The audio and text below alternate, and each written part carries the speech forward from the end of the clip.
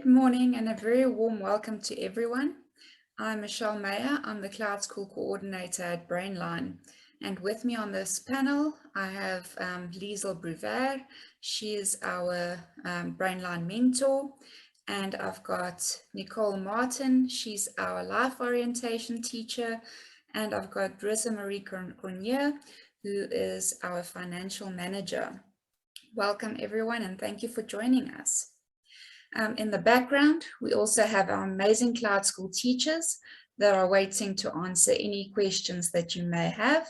And on that note, I'd like to also open the Q&A chat function for you to add any comments and queries that you may have. I know that you are all here today very excited, but very nervous because you've got one question on your mind. Which subject combination do I have to take next year or when I'm in grade 10? So I'd like to hand over to Nicole Martin, our LO teacher, to talk more about the importance of subject choices. Thank you, Nicole. Good morning, Ms. Mayer, and welcome everyone to this session. The responsibility of choosing subjects has often been a very daunting task for many of our students. We here at Brainline will do our best to try and guide our students to make this very important decision. I always say to my students, there are a few things that you need to consider when choosing careers and subjects. And this is your personal vision, your work ethic, your personality, your aptitude, as well as your interests. It is also very important that students start looking into possible career options that they want to pursue one day and choose their subjects according to those careers. If you have any questions or concerns, or if you need some guidance on this matter, please make an appointment with our Brainline mentor as well as myself, where over a Zoom session, we can give you some guidance on this. More information on the session will be made available soon to you. I'm giving over to Ms. Mayer, who's going to quickly just talk about how to choose subjects at Brainline. Thank you.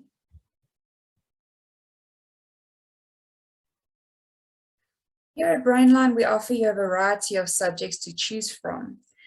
And the bonus is we don't actually limit you to subject groupings or combinations. So in order to complete your NSC in grade 12, you need 7 subjects. And these must be a home language, a first additional language. So you choose English or Afrikaans, so Afrikaans and English. And then you need LO, which is your 3rd subject. Then you choose mathematics core or mathematical literacy, which is your 4th subject. And then you can choose any other 3 subjects. Now, please take note that some of these subjects do have some prerequisites, which our teachers will talk about a little bit later. Apart from agriculture, CAT, music, drama, visual arts, electronics, digital electronics, and equine studies, all our other subjects are available in both English and in Afrikaans. But due to the fact that we are limited in time today, we are going to host this entire webinar in English. So just keep that in mind when we do go through the different subjects. We have qualified teachers willing to assist and teach you right from history through to equine. But enough from me. I will let you hear it straight from the horse's mouth. Take it away, teachers. Good day, I'm Shireen Kruger, the Accounting Cloud School teacher. In accounting, of the mindset of an accountant, we work our assets off. We hold ourselves liable, we invest our time and attention to the finer details of life, and after that, sit back and watch our investment capitalize as it grows. We aim for a balanced life. We talk Accountanese. Yes, accounting is a language on its own. We will wrap and clap to the concepts you find difficult. Ever heard of for every debit there's a credit? Ever heard of cash sales? So if I had to introduce the 4 accounts applicable to cash sales to you, I would do it the following way. Bank, sales, cost of sales, trading stock. That's just one example of many. Accounting plays a vital role in your day-to-day activities because it helps you keep track of your income and expenditures. The whole world revolves around the successful management of finances, seeing that money has become a basic need in the 21st century. These are the 6 categories that accounting can be divided into. Where do I use accounting, you might ask? I mean, is there a single day in your life where you don't use accounting? Aren't you busy saving up for your favorite pair of sneakers at this point? That is an accounting skill. Imagine if you can change the skill into a competency, one that will give you a jump start and put you ahead of many future accountants and entrepreneurs. These are some of the careers and windows of opportunities for accounting. And if you take accounting as a subject, these are some of the topics that we will be covering in grade 10 to 12 accounting. I don't need accounting to study accounting.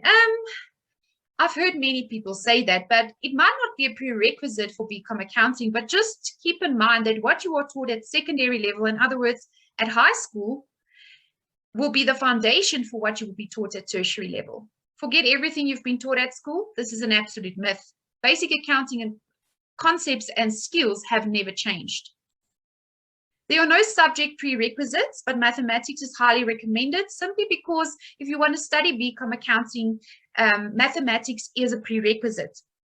And if you don't have mathematics and you want to become an accountant, this is going to prohibit you from becoming the future accountant that I know you are. Do you want to be financially independent one day? Have your own business? What is the main goal of any business owner? Come to accounting and find out. Come and join me in the subject where everyone counts. Hi, I'm Mr. Jan Reinicke and I am the Agricultural Sciences teacher. In today's session, I will speak to you about what agricultural sciences entails and why I think you should take the subject next year. So, first and foremost, what is agricultural sciences? As the name suggests, it is a subject which is based on scientific principles and the scientific studies of the agricultural industry and what makes it work. Agricultural management, which is a subject which is primarily more focused on the management side of agriculture, is a separate subject which is not offered at Brainline. And in agricultural sciences, we focus on, like I say, the sciences behind the agricultural industry. So why should you take the subject? What makes it fun? Well, if you are someone who loves plants, animals, or life, and especially if you're a student who loves physical sciences and life sciences in grade 8 to 9, this is the subject for you. So when you go and look at the various topics which is covered in the subject, you'll see we cover topics such as world sciences, agroecology, all the way up until animal genetics and my personal favorite, animal nutrition and digestion. A lot of these topics, as you can see, is scientific based, and we also discuss a few key concepts such as agricultural economics as well as agricultural marketing throughout because of the subject. So what type of career can you enter when taking agricultural sciences? Well, first and foremost, almost any agricultural field which you can imagine you can enter. You can go from becoming an agricultural economist to an agricultural nutritionist, all the way to becoming an animal scientist, or especially for many of you, a veterinarian scientist. I'm sure there's a few of you who do plan on doing that maybe. So when you go and look at a few of the expectations about agricultural sciences, the biggest misconception is that this is a subject for which you should have prior agricultural background in. You should have a form, you should have a bit of a background.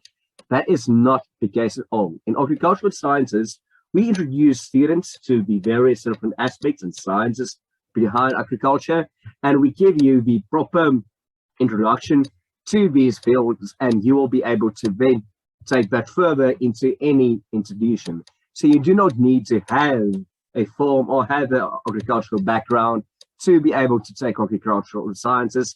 This will be the one which will be your first stepping stone towards ending up in this field. So just a bit of further insight.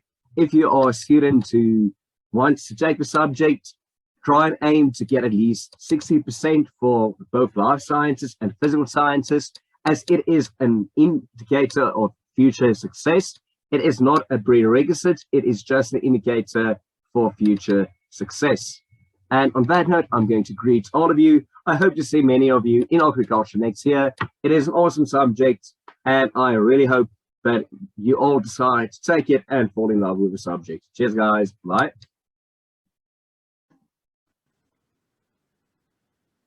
Good day. So what is business studies? Business studies is the study of the management, planning and implementation of individuals and resources in order to provide goods and services that will satisfy customers. We learn how to run a business successfully and look at how businesses around the world use the principles that we learn about. Which careers can I enter with the subject? So careers that you can look at is sales and marketing, credit manager, investment advisor, finance manager, human resource manager, but most importantly, becoming an entrepreneur or start your own business. Okay, and topics that we cover in this subject includes things like entrepreneurship, creative thinking, teamwork and conflict management, productions and operations management, financial management, marketing and risk management. So what are the expectations versus the reality of the subject? So business studies are not just the recollection of information and writing that down in a test. You will learn good communication skills by writing essays and preparing presentations. You will learn the ability to research while researching businesses.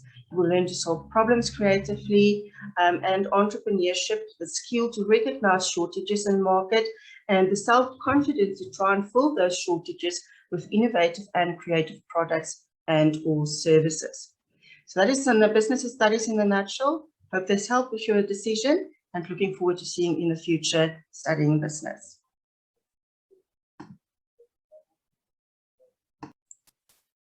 Hello, I'm Michelle Meyer and I teach CAT. Yes, CAT, you heard correctly. CAT is not a subject, it is a valuable life skill that equips students with the necessary survival skills required for the fourth industrial revolution that is upon us right now.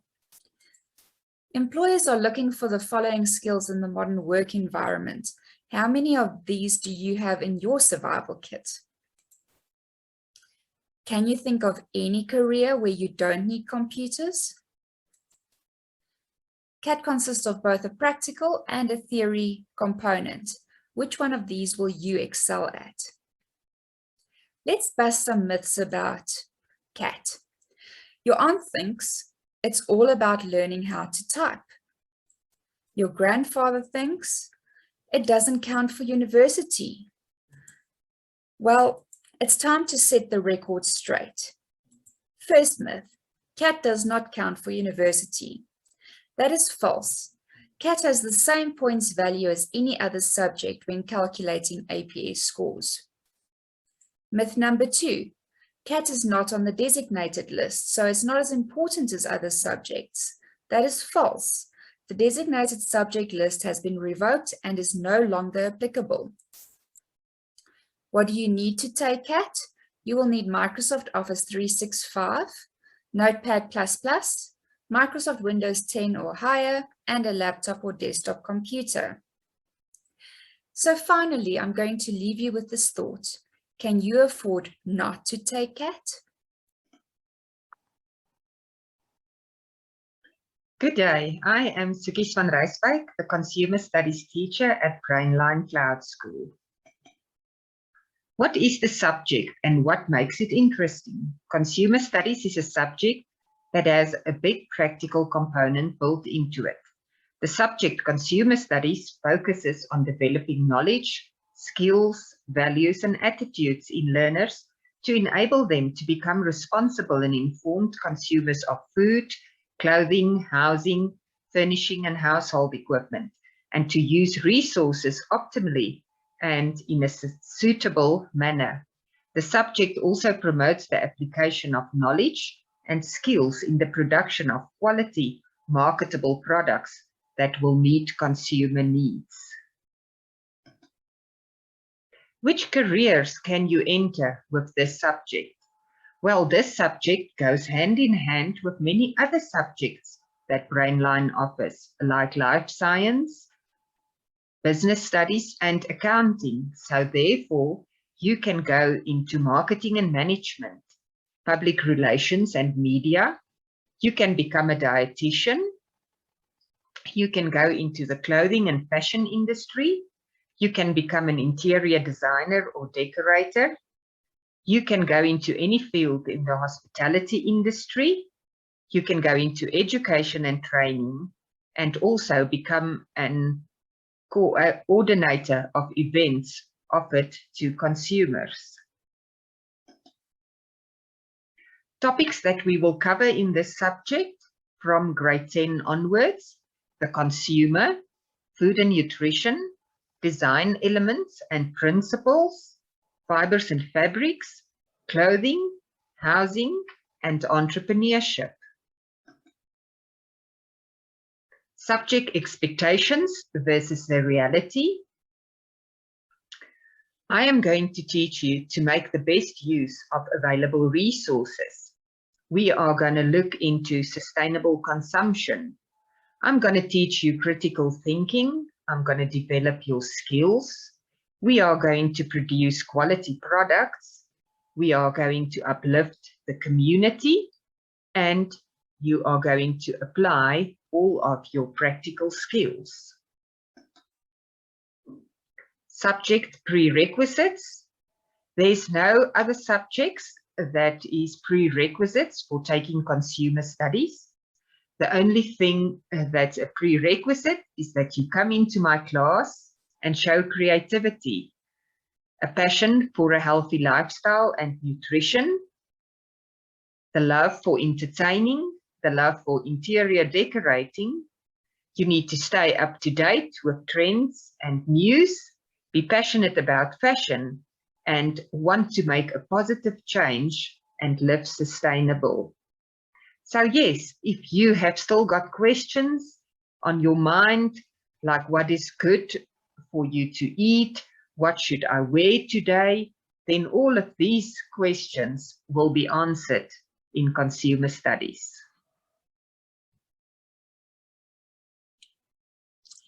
Good day. My name is Teacher Sanith van Helen, and I'm the digital electronic teacher for Brainline Cloud School.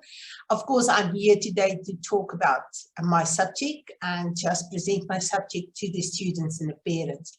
Now, for me, digital electronics is the definition of fun, because it's the one subject where you study, both explore, design, and develop circuits in class and out of class, building your knowledge around the subject. If we go and look at the definition of digital electronics, of course, it's a branch of electronics which focus on digital signals and the engineering of devices that use and produce these signals. It's a learning experience where we encourage the students to work with digital electronics as often as possible, so that they can build their own knowledge around the components used in circuits and the circuits and the function, and of course bring that knowledge back to the class, and also take the knowledge out of the class into their own building projects that they are doing at home. If we look at Brainline's 21st century approach to digital electronics, it's quite exciting. The students receive their education by attending online lectures and practical demonstration, and by participating in the new Brainline Electronics Club activities, which give them a practical aspect to their subject. We do the practicals just like in mainstream schools. The only difference is that we use simulation software that was specifically designed for the purpose and is, of course, totally safe for the students to use. The layout cost for the subject includes the price of the textbooks and about 300 Rand in grade 10 to buy the simulation software that will be used up to grade 12 for practical work. And then for their PAT tasks, the students will need a soldering iron and a few hand tools to complete that.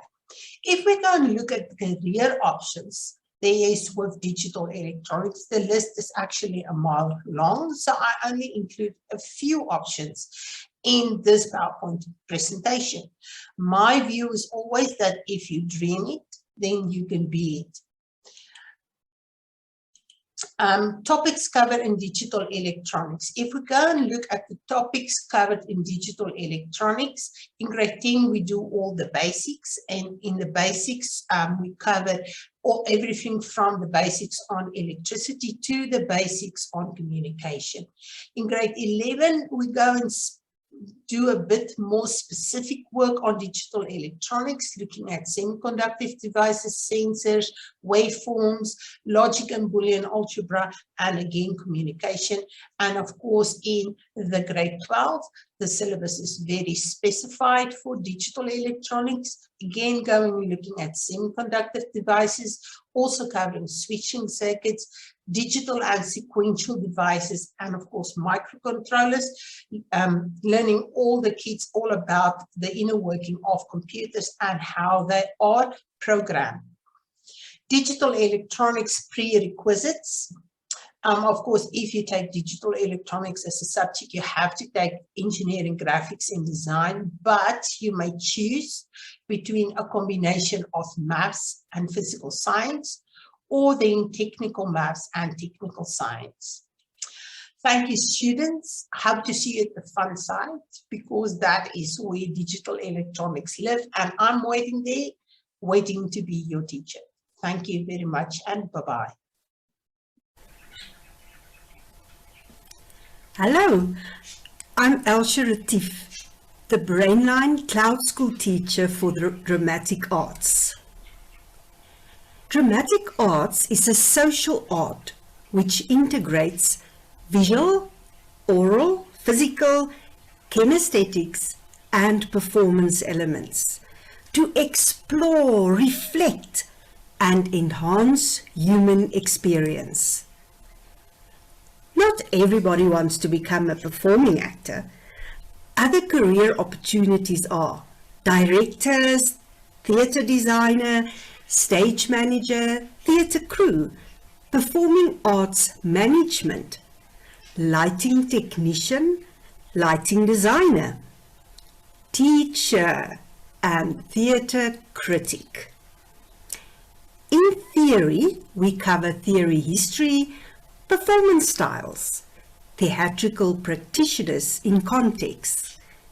In the practical classes, we develop sensory and emotional perception, imagination, discipline, self-esteem and self-image, and external personal resources. Drama is not all play and no work. It does count for university. If you want to join a drama studio, you are more than welcome. But you don't have to. If you work with me, I will facilitate and guide you with your practical pieces. If you are innovative, creative, spontaneous, and want to grow as a person, then dramatic arts is the subject for you. Hello parents and students, I'm Lawrence Kookmoer and I teach EGD, or better known as Engineering Graphics and Design. What may you ask is engineering graphics and design? Well, it's a visual way of conveying an idea. We unknowingly use EGD each day.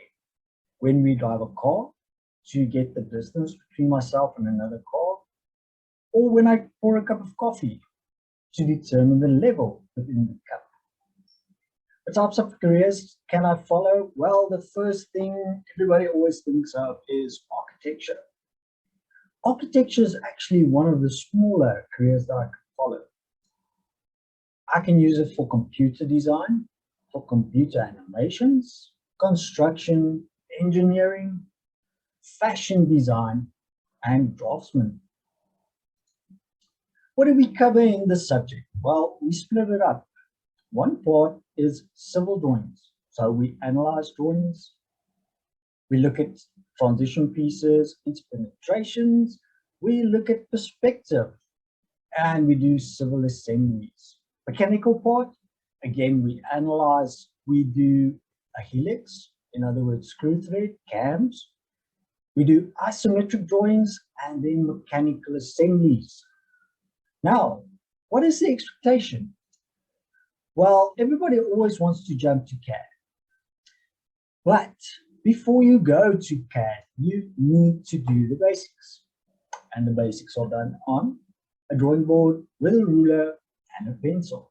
And then you go back and you do CAD design. What do I need for the subject? Well, I need drawing equipment. I need attention to detail especially. I need creative thinking. And because we are partners with IMS, we do CAD as well. Ladies and gentlemen, I hope to see you in EGD. Thank you for your time. Good day, students and parents. My name is Sunit van Helen, and I'm the teacher at Brainline for electronics. And I'm here today to tell you a bit more about my subject. For me, electronics is the definition of fun because it's the one subject in which the kids will study, build, explore, design and develop circuits in and out of the classroom to build their knowledge around the subject. If we go and look at a more specific definition for electronics, it's basically a subject in which the students will study fascinating components and circuits that forms the backbone of electronics in the world as we know it. From the cell phone to the microwave in the kitchen, everything works with electronics. It's a learning experience where we encourage the students to, as often as possible, work with electronics at home so that they can build their own knowledge around the components used in the circuits, and of course bring that knowledge to class and also take the knowledge out of the classroom back to their homes where they are working on their own projects. If we go and look at Brainline's 21st century approach to electronics, is quite exciting.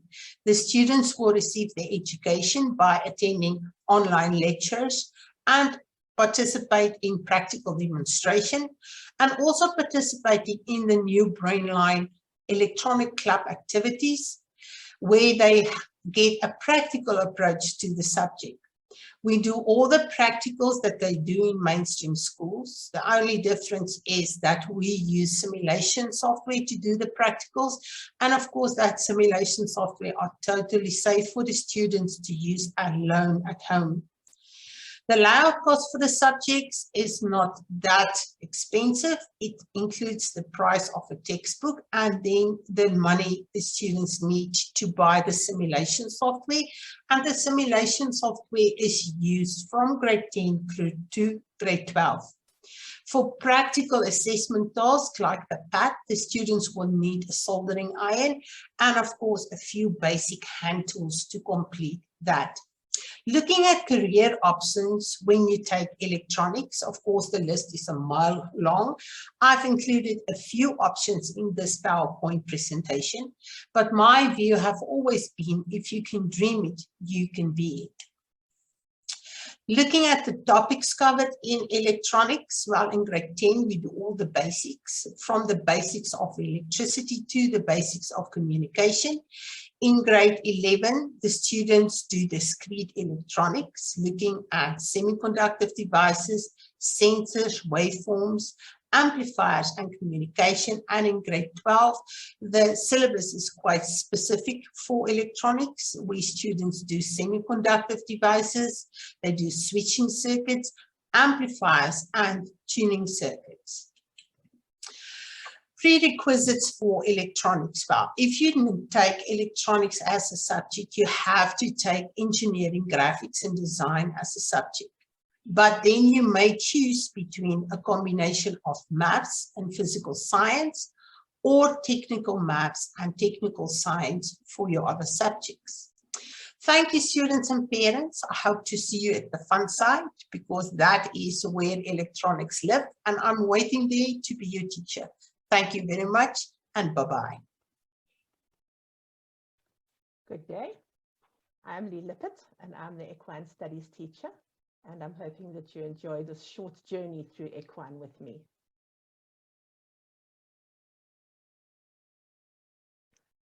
The subject is all about horses and the very many aspects that are involved with horses, their health, their well-being, the different disciplines that they get involved with. And this is carried out through lectures. We learn a lot through lectures, and then the lectures lead to discussions. And the students then pick topics and do presentations, bringing to the classroom experiences that they've had with their own horses and things that they've learned at home, which is incredible. I'm really, really amazed by what they learned just through experiencing, which of course is the best way. Then they do a research project every year, which delves into different topics, and they have a number of practical tasks that they carry out as well. Monique is there with her precious horse Lady, and she just embodies equine, as do so many of my students. They just absolutely live for it. It's an amazing experience to be in a class where everybody is absolutely passionate about the subject. The careers that you can enter with equine are varied, and people with equine qualifications land up doing a lot of different things. So from a jockey to a racehorse trainer to maybe a nutritionist or a horse riding instructor, you can imagine there are just 101 areas that you can go into it. Of course, veterinary nursing, horse racing, event management, welfare. I have already quite a couple of my grade 11s who are passionate about the well-being of horses, and they are convinced they're going to go into welfare. The topics that we cover, these are just a very few that I've put up here. Anatomy fascinates the students. The grade 10s drew such incredible skeletons and labeled them all. They learn about the bone types and how they work in the different joints. Then we cover a vast array of South African diseases, from our African horse sickness right through to diseases of the hoof, diseases of the teeth. We cover a lot of quite involved diseases. And then we go to yard management, how you would manage your own business, how you would make it profitable, what were things that could make it more profitable. We go through veterinary, and we go through digestion. These are just a very few of the topics that we cover. The expectations are that maybe you could arrive in grade 12 and join us. I'm afraid that's not going to work because equine starts in grade 10. You are able to join up until the end of grade 10 as long as I can assess that you've had some knowledge or you have some experience. And you then go through, you can join the latest is sort of the middle of grade 11. But after that, there's just too much material. So you need to join early. You need to have some experience in the horse world, and the practical aspect needs to be monitored by a level 1 instructor who is also SEPSA registered.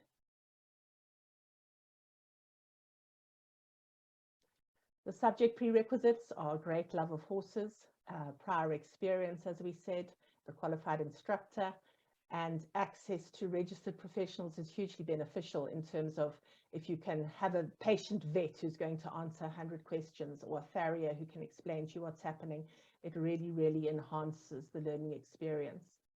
And then happy to be outdoors and just experience true horsemanship. I thank you for joining me, and I look forward to having you in my equine classes.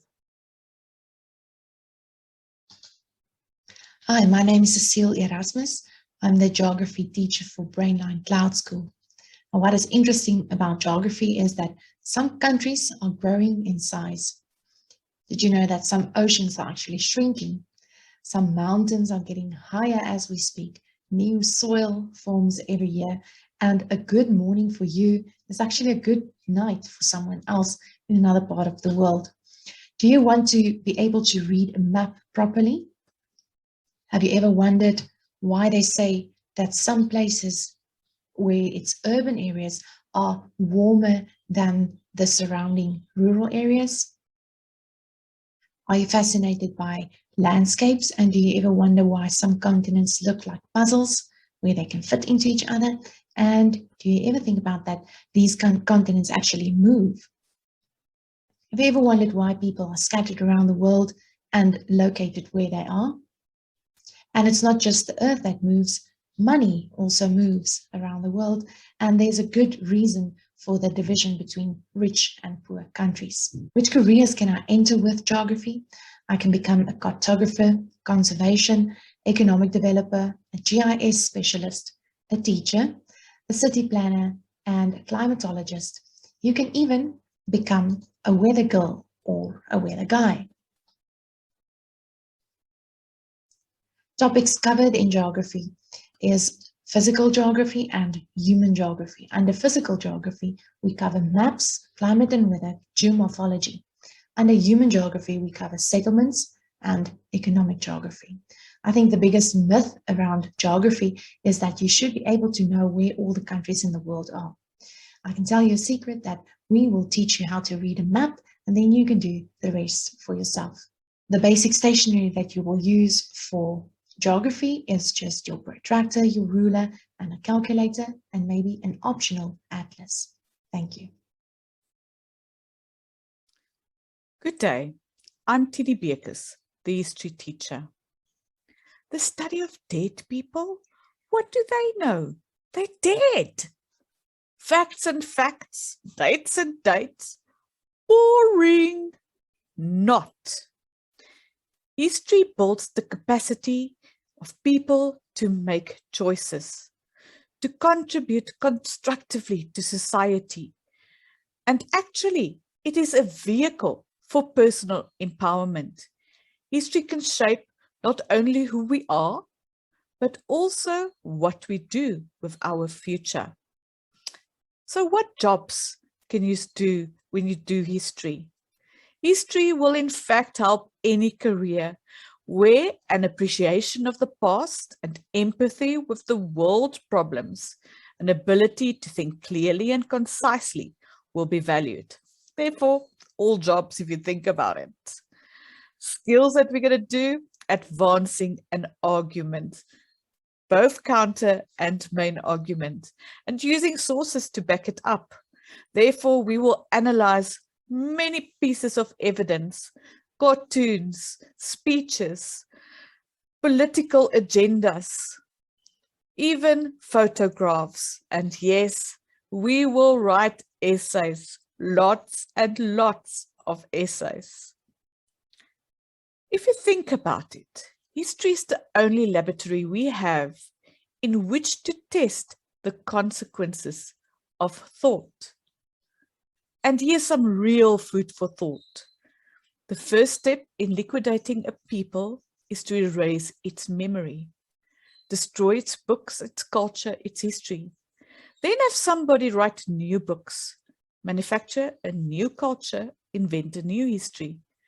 Before long, the nation will begin to forget what it is and what it was, and the world around it will forget even faster. Lest we forget. Take history. Hi there, I'm Ms. Karin Wessels and I teach life sciences. What is the subject and what makes it interesting? Well, we'll be studying all living things, whether huge or microscopically small. We will look at how they interact with us and each other and the processes that take place within living organisms. What careers can you enter into? Well, there are many, but to name just a few, you can become a veterinary scientist or a veterinary nurse. You can go into sports sciences, physiotherapy, medicine, so a doctor, a surgeon or a nurse, and any research area such as microbiology, pathology or forensics. The topics we cover is biochemistry, microbiology, plant and animal studies, human body systems, nature conservation, history of life on Earth, and natural selection and evolution. What are the expectations that people have versus reality? Well, people think that you only study life sciences if you want to become a doctor. But this is not true. There are so many other directions to go in that will suit your interest and your personality. Life sciences is just study work. This is also not true because there are so many other skill sets that you will learn. Understanding, analysis, and making links between concepts. We only study from a textbook. Boring. No, we collaborate on different platforms, we have awesome anatomy software, and we sometimes do live dissections as well. There are some prerequisites. It is advised that you have maths and physical sciences as subjects as well, and you need an appreciation for living things and an inquisitive mind. I hope that I will see you in my life sciences class and I can share my favorite subject with you. Hello, my name is Elmarie de Tooy and I am the mathematics teacher for Brainline Cloud School. I am here to tell you a little bit more about my favorite subject, mathematics. I am passionate about teaching it and I would like to share it with everybody. What is the subject and what makes it interesting? It is derived from the Greek word mathema, which means science. It is the branch of science concerned with numbers, quantity, and space. Mathematics is the only branch in science that involves absolute proof. It is visible everywhere in nature and can be applied in simple everyday activities. Furthermore, mathematics is the only subject that counts. Which careers can I enter with the subject? There are many careers, I've just jotted down a few of them. Finance and commerce, teaching and research, engineering and construction, information technology, medical and health sciences, actuarial sciences, and statistics. The topics that we cover in this subject are algebra and exponents, number patterns, financial mathematics, differential calculus, measurement, Euclidean geometry, analytical geometry, statistics, and probability. As you can see, I've put the topics in a circle because they are actually interrelated, and the one does not function on its own without the other one. Subject expectations versus reality.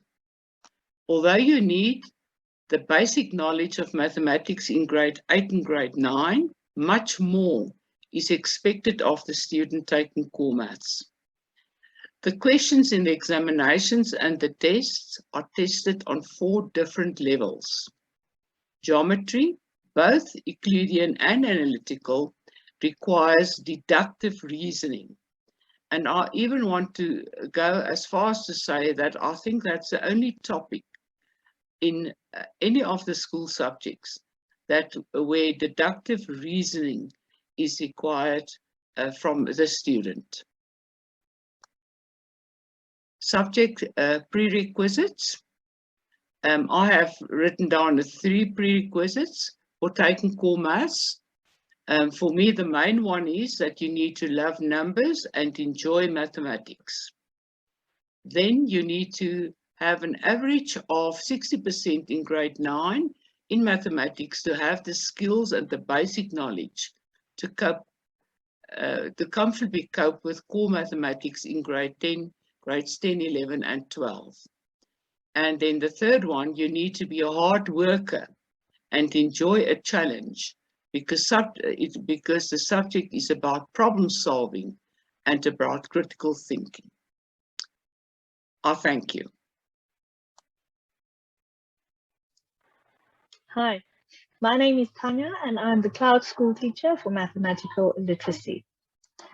So mathematical literacy is still math, but the difference is that literacy teaches us competency to help us make sense of and then enable us to contribute to our 21st century society.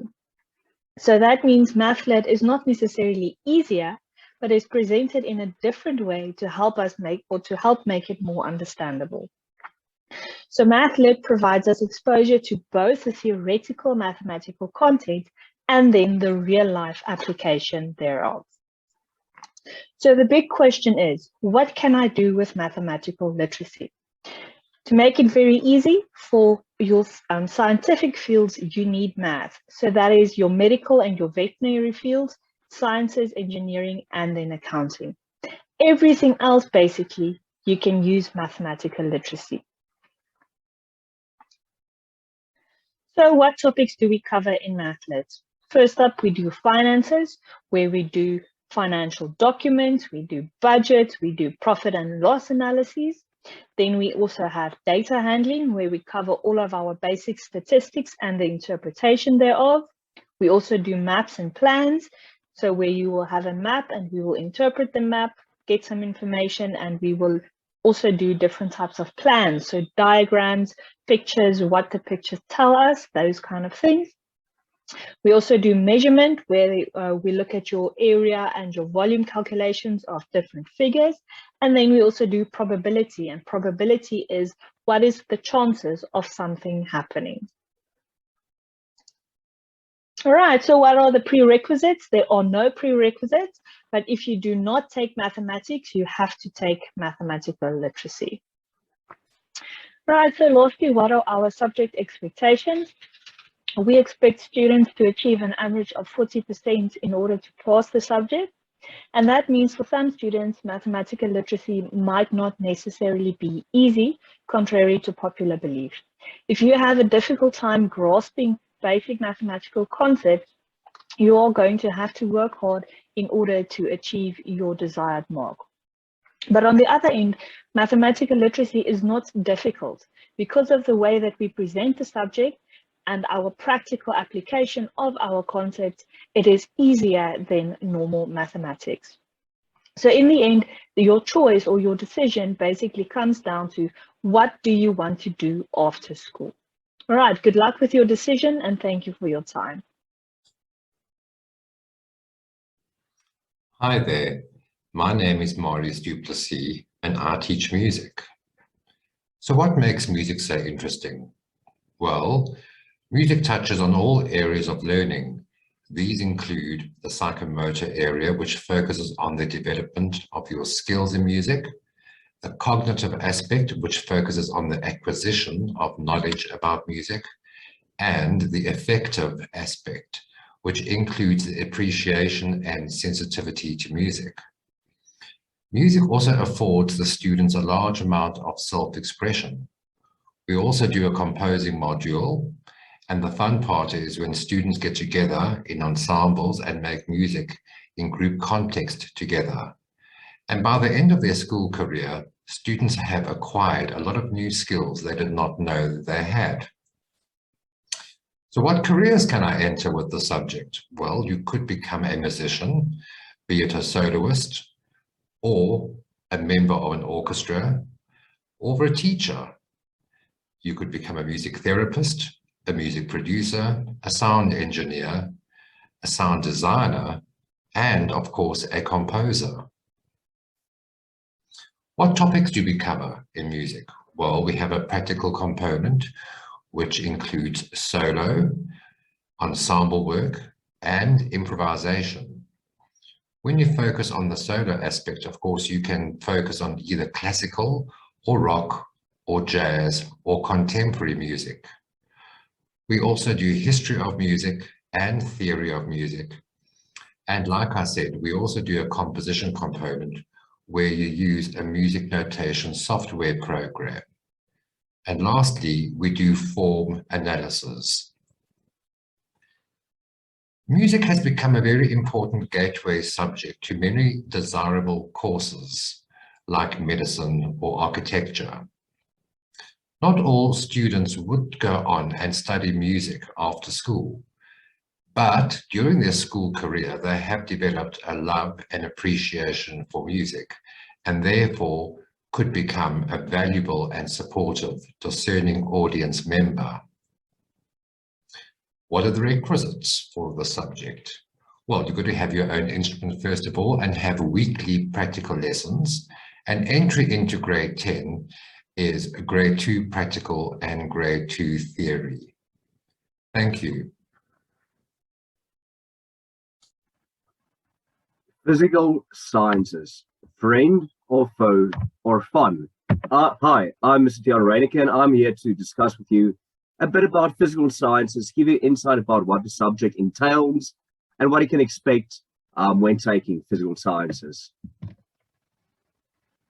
So, what makes physical sciences interesting? If you're interested into see how the world works, how someone riding on a bike doesn't fall over, how certain chemical reactions occur, anything which is fun and interesting, we discuss in physical sciences, as it all comes down to sciences. Now, when you go and look at physical sciences within South Africa, we discuss both physics as well as chemistry in the same subject. In other countries, these subjects are split, but in South Africa, both physics as well as chemistry are discussed. Some of the topics which you'll see in physics is the motion of an object. Maybe if you are a fan of something such as motorsport, such as Formula One, you'll enjoy this to see how the sciences behind it works. We've also got waves, magnets, I'm sure you all like magnets, electrostatics, electrodynamics, and electricity discussed.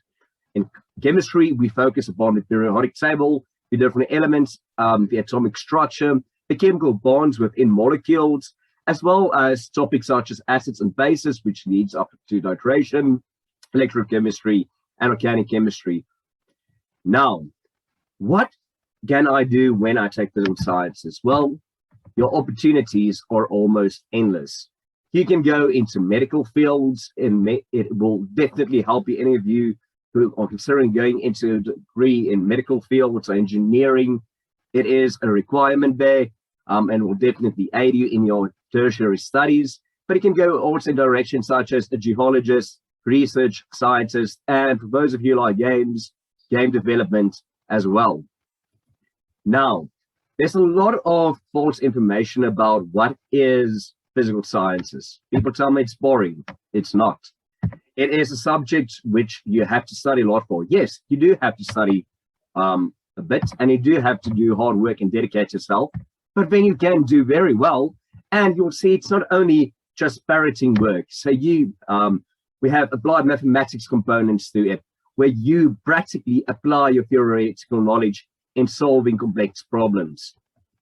Now, a bit of information about the subject. For you to be able to take physical sciences, you must have mathematics. It's a prerequisite subject, and you are not allowed to have mathematical literacy. So maths must be one of your subjects which you have. And as you can also see, for your grade 9 results, you must have above 50% for your both maths as well as physical sciences, which in grade 8 to 9 is part of natural sciences. And just to leave you a note of a quote by one of the greatest scientists of all time: "I have no special talent, I'm only passionately curious." It perfectly describes our subject. I hope to see many of you in my class next year, and have a good one. Cheers.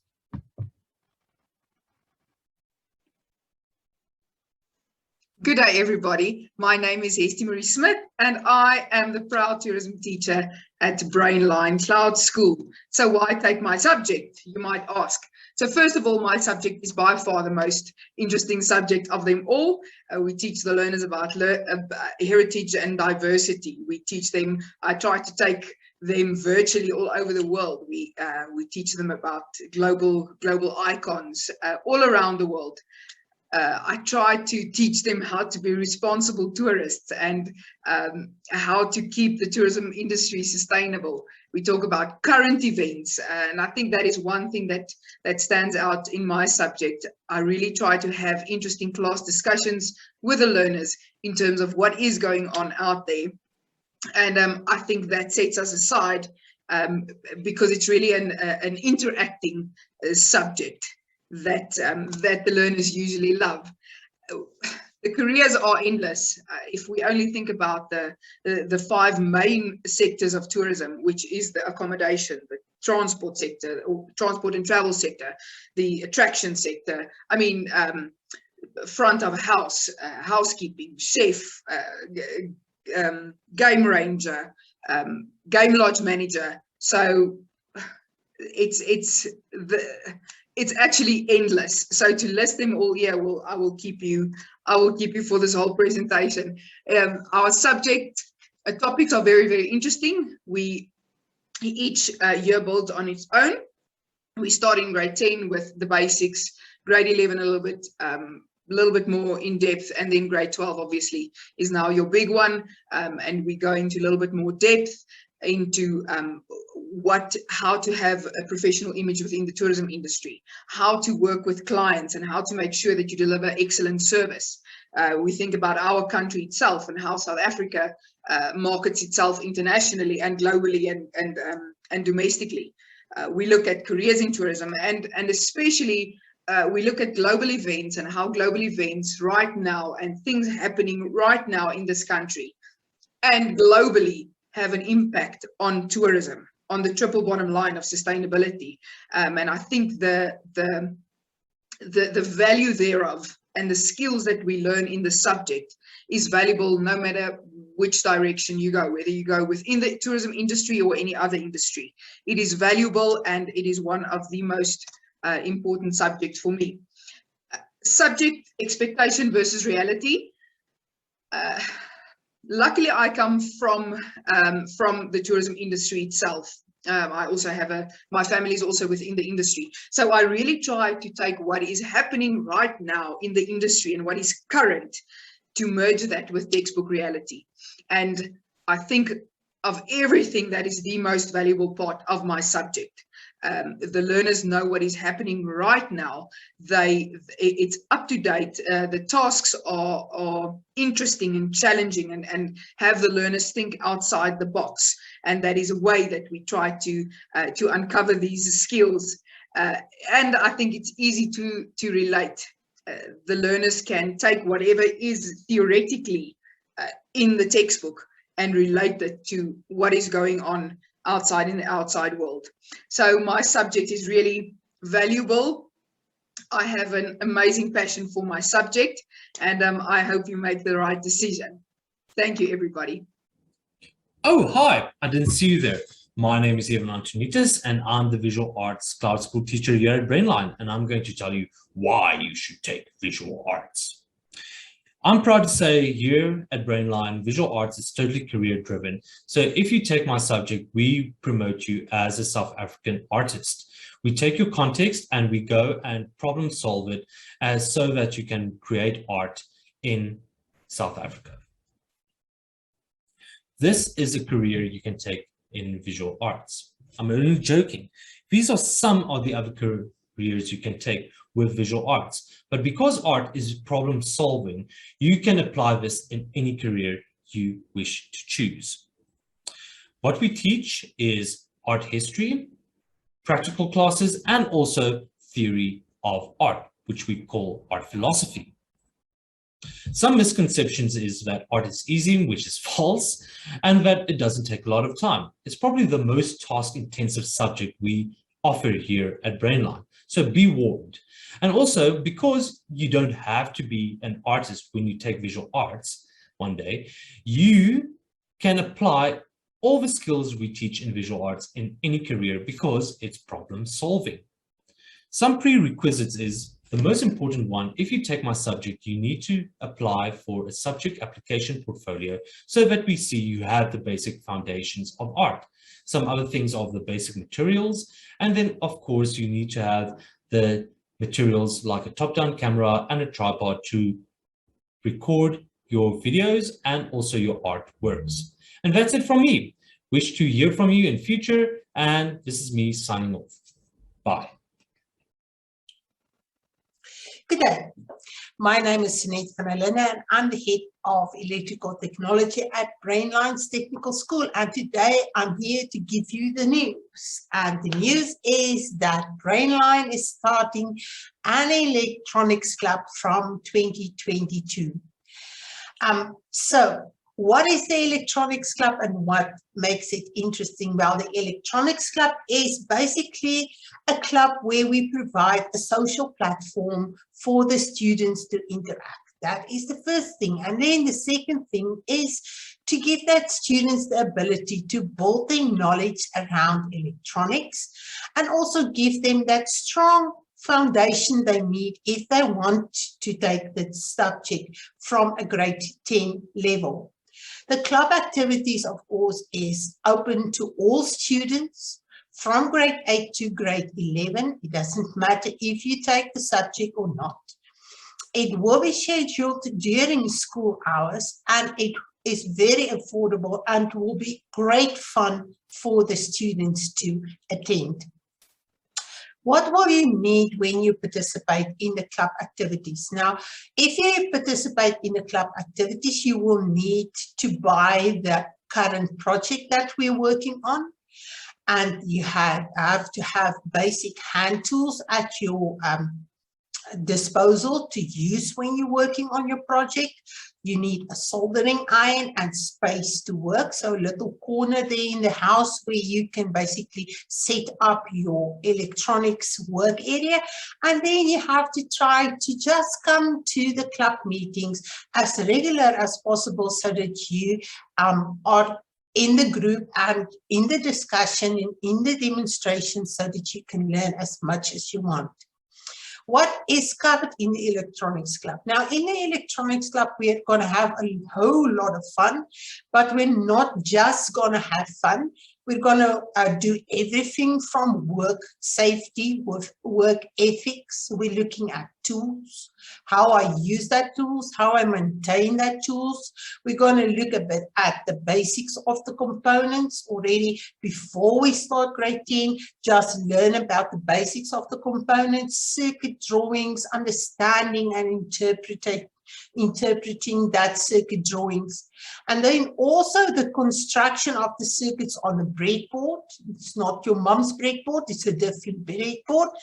And PLCs, soldering techniques, and in the end, the building of a complete electronic circuit.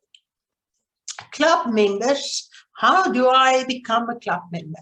Well, that's very easy. You send an email to electricaltechnology@brainline.com to indicate that you want to be in the club, and then we will communicate the information to you. Or if you just want to find out a bit more information, then you're also welcome to send me an email. You can also, on your enrollment form for next year, indicate that you want to enroll for the electronics club. And then if you missed all that, you can also look out for information that's going to be communicated on the grade notice board, social media, subject pages, and the email from Brainline. Hope to see you in 2022, students. Send that emails and join the Brainline Electronics Club. Thank you.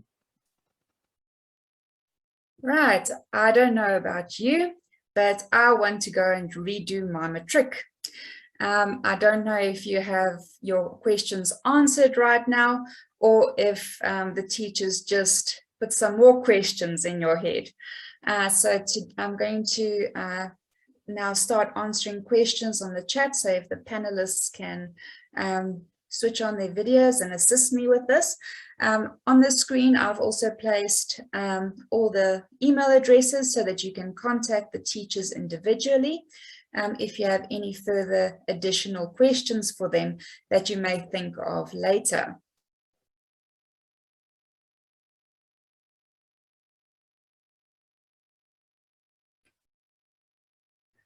All right, so let's look at the first one. How many extra subjects are you allowed to take?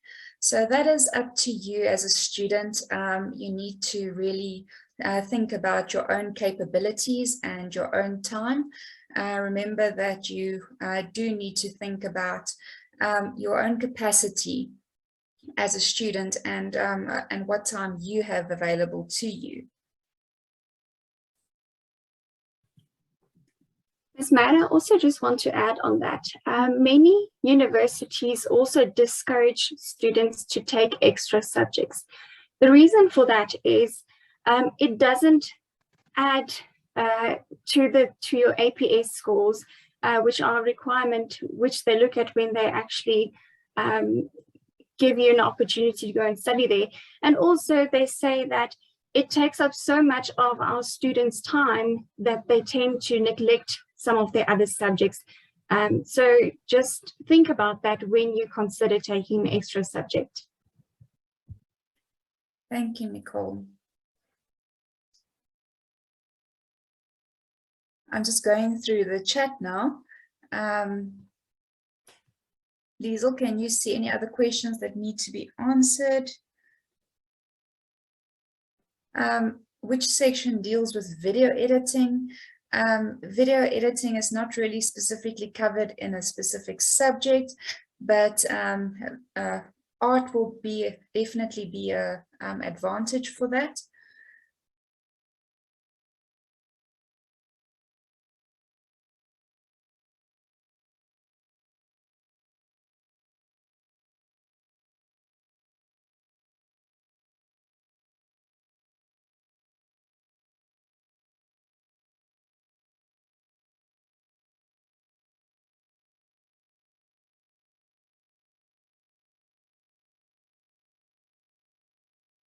All right.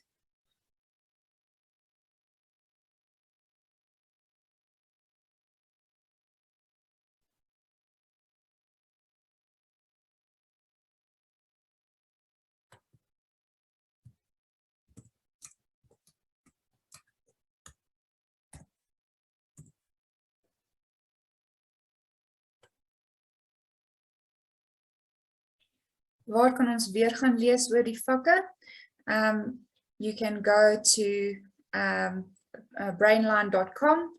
So under the subjects section, you'll be able to get our subject information booklet there, and we will also share this video with you.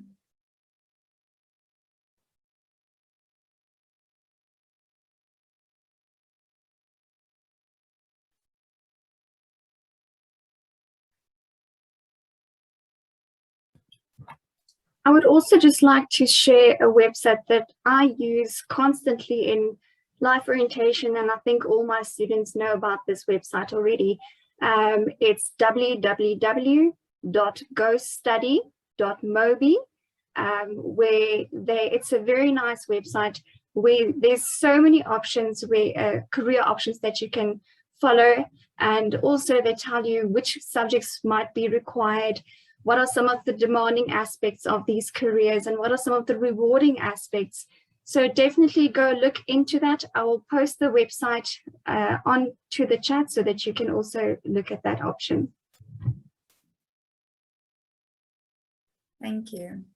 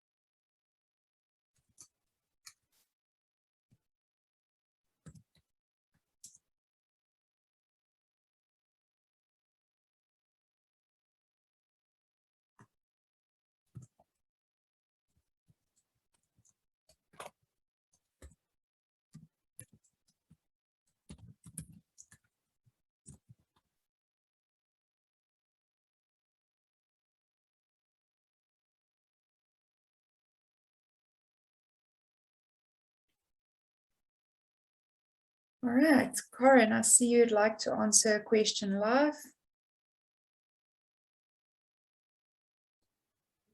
Hi, thanks. Just indicate if you can hear me, because I know that I'm not a, can you hear me? Okay, awesome.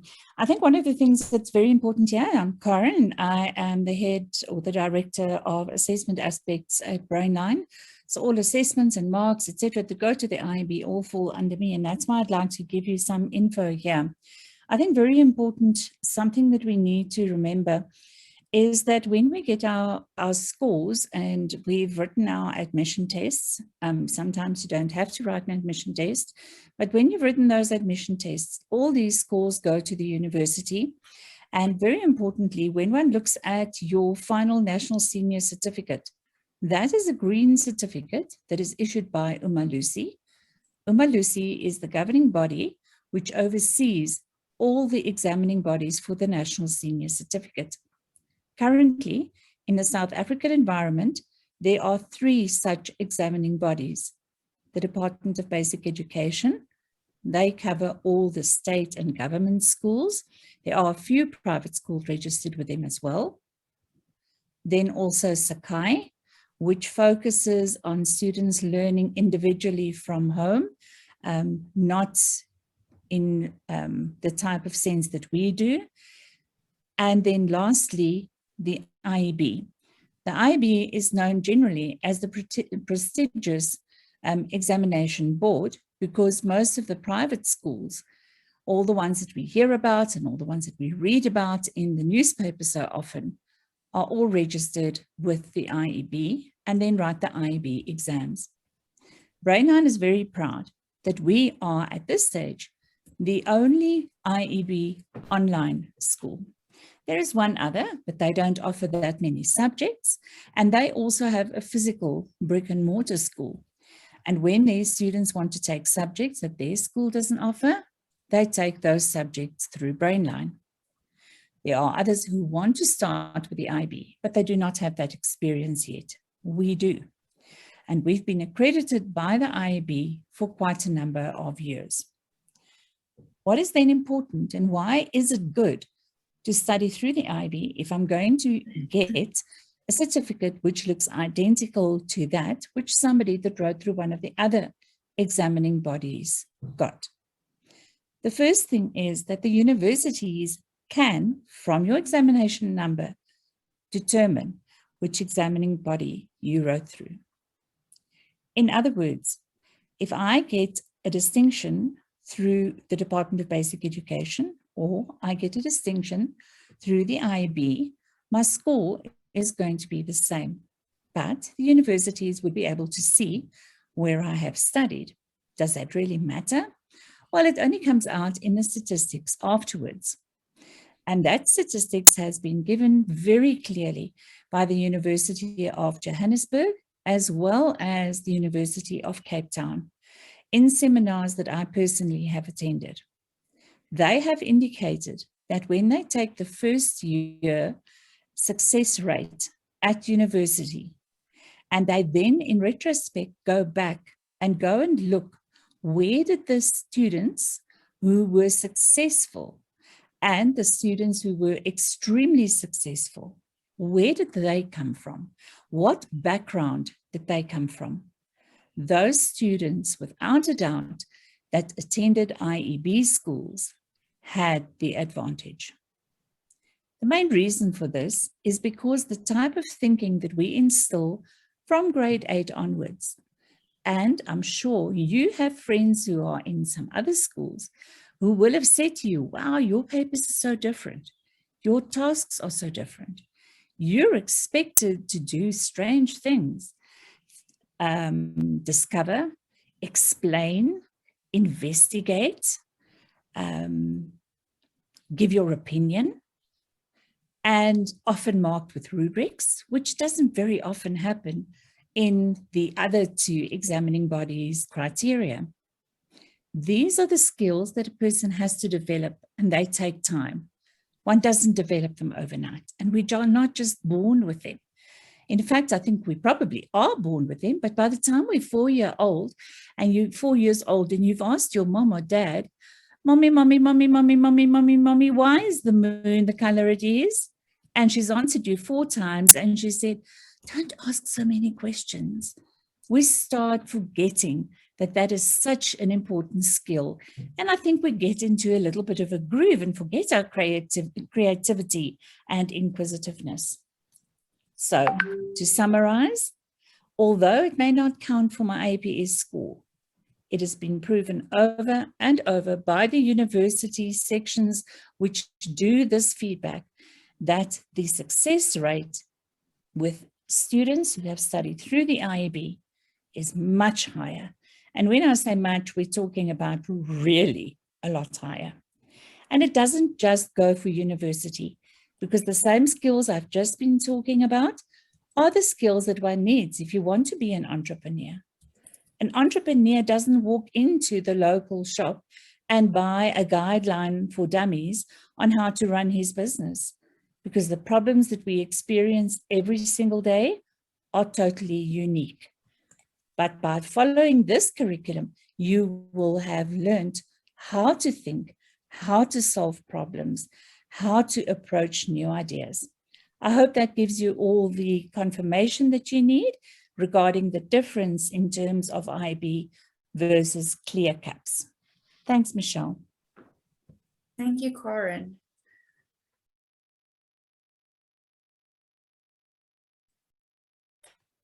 All right, I will stay on a little bit longer after the session, but I do understand that classes are starting pretty soon, so you would like to take a little break. So if you do want to log off now, you are more than welcome to do so. Thank you for joining.